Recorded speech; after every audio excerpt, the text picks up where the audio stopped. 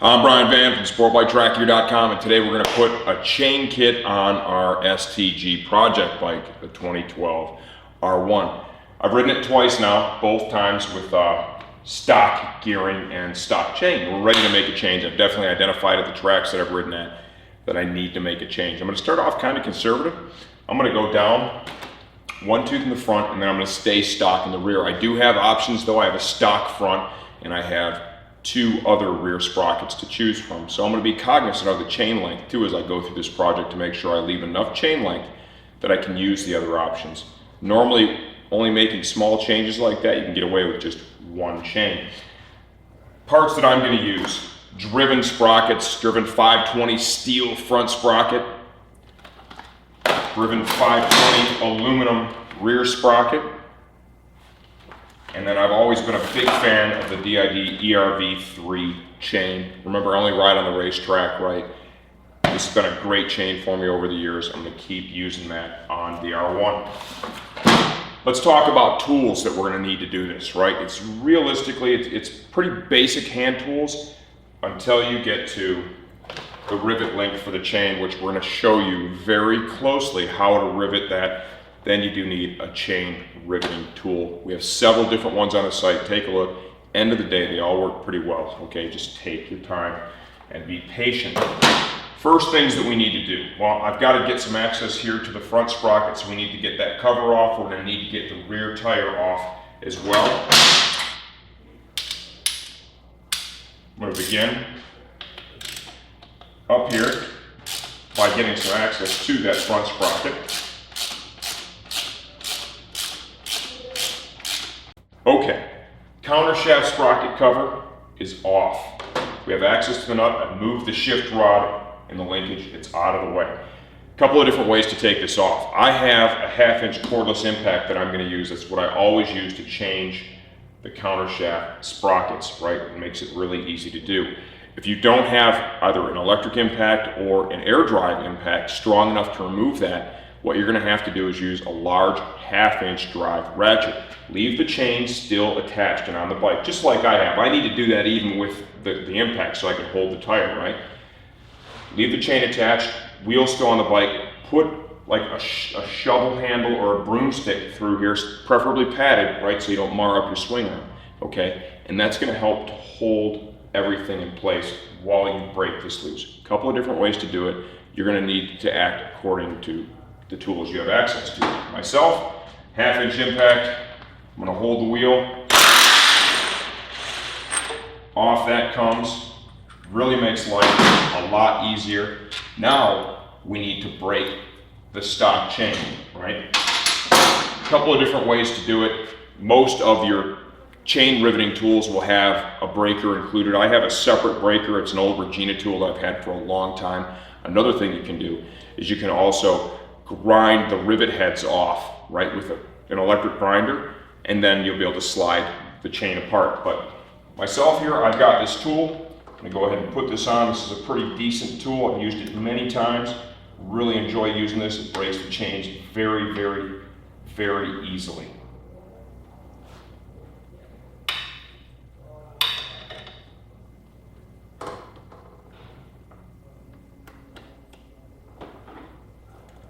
Get it in position, and all you have to do is crank down, and it's going to literally break the head of the rivet link.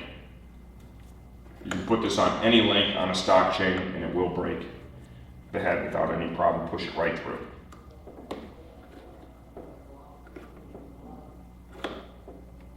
Break one side, and then go to the other. In my opinion, this tool is a lot easier to use than a grinder. A lot easier.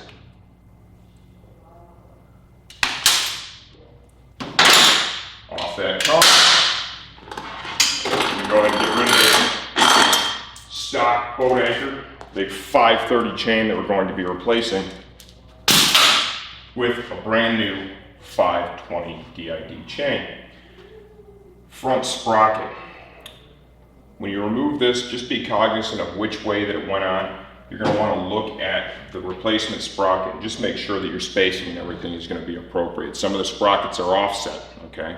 Which means they're thicker on one side than they are on the other. They're that way for spacing. Just pay attention to the way your stock one came off. You can lay them both on the table, look at where the teeth are, and that's going to help you to make sure that everything lines up as it should. Okay, everything's cleaned up. I'm ready to begin some of the assembly here. I'm going to start by putting the countershaft sprocket on first, right? If you'll notice, this stock sprocket, right, it has this damper around it, this kind of rubber damper around it. So when you set it flat on the table, obviously this isn't going to line up. So what I did is I went and I picked two sockets out, right? So I could set this on the socket and then set this one on the socket to really determine which way this needed to sit. This is a thinner sprocket than the other one is. So really what I want to make sure is that the dimension here to here is the same on both. And that's how I decided which way the sprocket was going to go on. Most of the time they will go with the numbers and the letters out. It's not always that way. So just double check so you have good chain alignment. I'm going to go ahead and slide this over. Just keys right on there.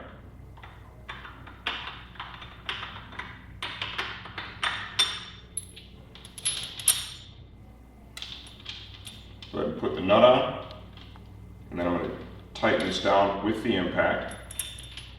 The type of nut that it uses, you compress the edge of it into an indentation in the counter shaft, and it's going to help to keep the nut from backing loose. Notice how I held that a little bit lightly with my fingers, right? If you want to zoom in, Josh, right there, you can clearly see there's an indentation to the right of my index finger, right? I'm going to use a hammer and a punch and just tap that down just a little bit, just to crush it in there. And what it's going to do is just going to ensure that this is not going to break loose. I want to zoom in real tight on that. Next up, we need to remove the rear tire. This is a pretty basic procedure. I'm sure if you're going to tackle your own chain kit, you've already removed your own rear wheel, okay? Because that's the easy part. Big 1/2-inch drive ratchet.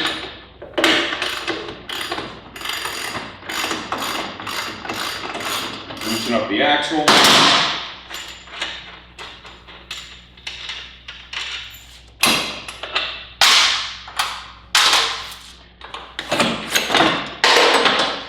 Out it comes, get the caliper off to the side.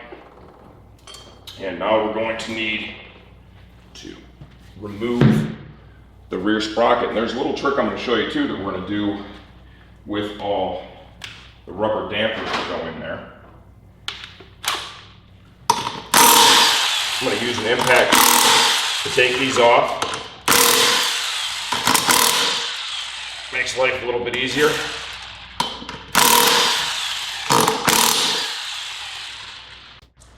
I'm going to run these down just a little bit with the impact, and then I will hand tighten these the rest of the way.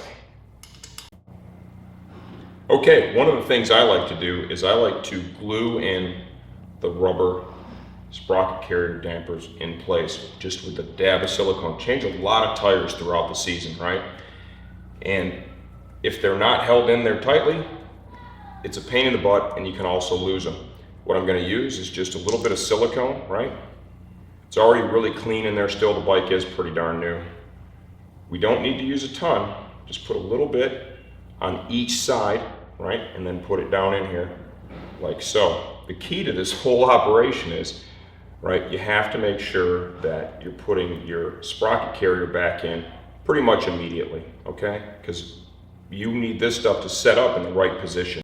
All right, sprocket's on and tight. Push drive is pushed back into the wheel. Remember, we put the silicone in there, so that's going to dry out nicely. Next time we change a tire, that's going to make things a little more convenient. We're going to go ahead and put the wheel back on the bike now. We're going to start to work on the chain length. Remember, with the chain length, like I had already mentioned previously, it's really important that you think that part through. You know, with this gearing, where do you think you're going to lie? I mean, for me, this is probably not going to be the last time that I will change gearing on this bike, right?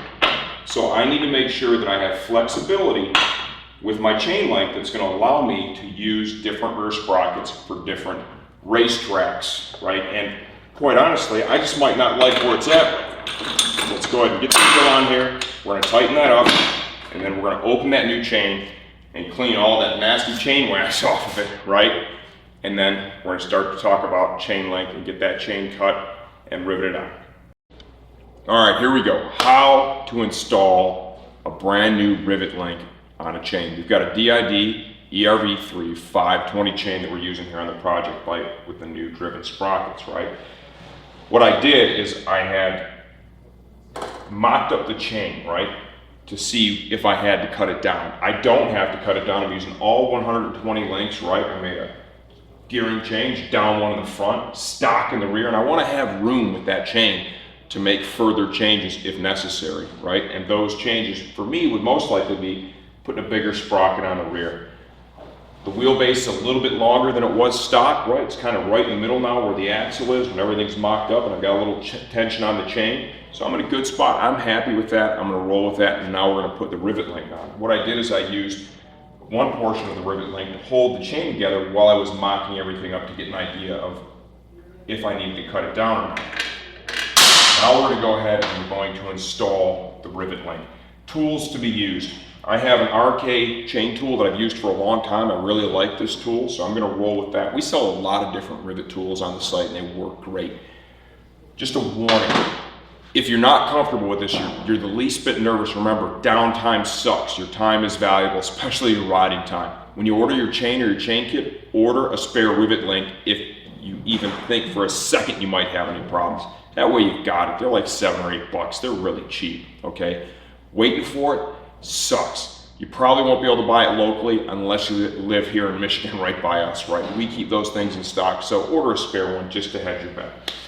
Now, to install this, right, we've got my RK tool. Remember, on the site, many different brands of tools. Choose one, follow the instructions. They'll all work well as long as you follow the instructions.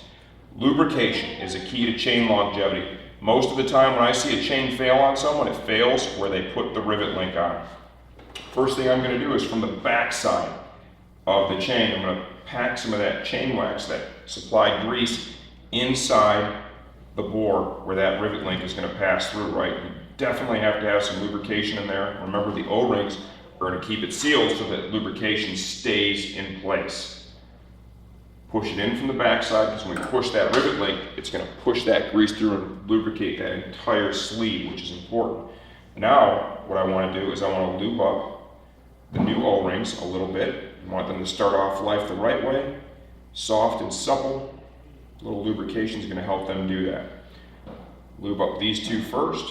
I'm going to go ahead and put them on the rivet link like so, and then we're going to pass it through the back of the chain, right, so the male portions are facing outward. When I do that, you can clearly see the grease being pushed through like so, right? Got that entire sleeve in there is well lubricated now, which is very important. Connect the other side of the chain, same deal. Grease is all passed through, we are good to go there. Now, we need to put on the other O-rings on the outside, and then we're going to press on the outer plate. Same deal, let's get these lubed up nicely. Slide them over like so. Then we're going to go ahead and press the plate on. Take your time with this, there's no reason to be in a hurry. This is a really critical part, because like I said, the most common area this chain is going to fail, it's going to be the area where you put it together if you didn't do it right. There are instructions online, there are specifications online for each and every chain. I would suggest you look those up. I've done this a number of times. I know what I want it to look like. This is how I work on my bike. If you're not comfortable, look for the information. It's always best to be safe. Okay, first thing we need to do now is we need to press on the outer plate, okay? You go ahead and just push that over just with hand pressure first. You get that thing pressed on there, nice and even. Very important, you don't press it too far. If you press it too far, it's gonna push the seals, they're gonna squeeze out, and you're in trouble. You're gonna have to start over, okay? I like to take my time with this, right? You shouldn't have to crank down too terribly hard, so just be cognizant of that. Just using a 3/8 ratchet here. Simple hand pressure, it's got a 17 millimeter socket on it.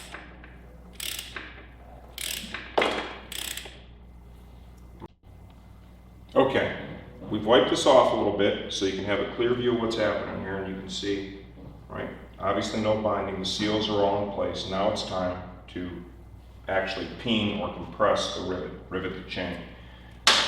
Remember, every tool is different. Follow the instructions that were supplied with your tool, and you're going to be good to go. Got the tool in there to peen it now. You do one side at a time, the way this tool is set up. What I like to do is I like to do a little bit, right, for each side. Just keep kind of coming back to it and taking a look at it and just making sure that we're not overdoing it at all.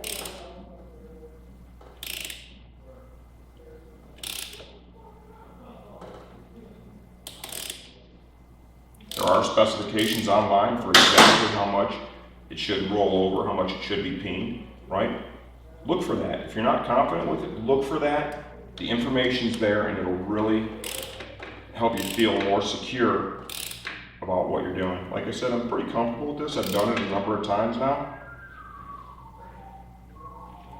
And I have a good idea of what I want it to look like, you know, based on past history and experience. Going to do the other side just a little bit more, and we'll be good to go.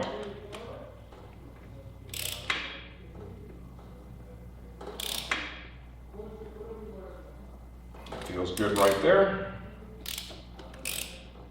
See how close we can get with the camera. And give you an idea of what that's to look like once they're rolled over. Those are both peened out nicely, right? No binding whatsoever in the chain. Next up, we need to tension our chain. I've always been a big fan of running my chain pretty loose, right? Because remember, you're on the track, you're really using all the suspension travel. If that thing's too tight, so you're gonna put undue wear on the bearing here at the counter shaft, as well as back here in the cush drive, right? So we're gonna put a little tension on the chain. This particular motorcycle, right, has a couple of really nice marks on the swing arm, both sides, right? So it's just gonna help us get it nice and even. When you come back, we're gonna show you what my starting chain tension is going to look like. All right, I've got the chain tensioned up, I've got the axle tight, the chain adjusters, everything's tight. This is about where I'm going to start off with it, right? I'm going to take it out, I'm going to ride a little bit, I'm going to keep my eye on it. It'll probably stretch just a little bit. I'll end up tightening that chain just a bit, but that's where I'm going to start off with it. Like I said, I like to run mine a little bit to the looser side. I can't quite get it to touch the bottom of the swing arm, but it will stretch a little bit as we begin to ride it. I've always preferred a looser chain so it's not fighting the suspension. There it is, chain kit install. We really tried to focus on that rivet link. Hopefully that helps you out. Remember, be patient with it, right? Take your time.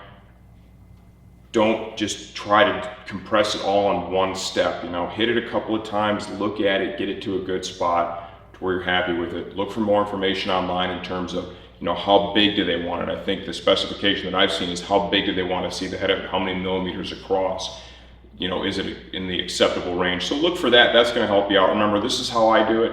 You might choose to do it a little bit differently, but this has worked out for me for a long time. I'm Brian Van, sportbiketrackgear.com.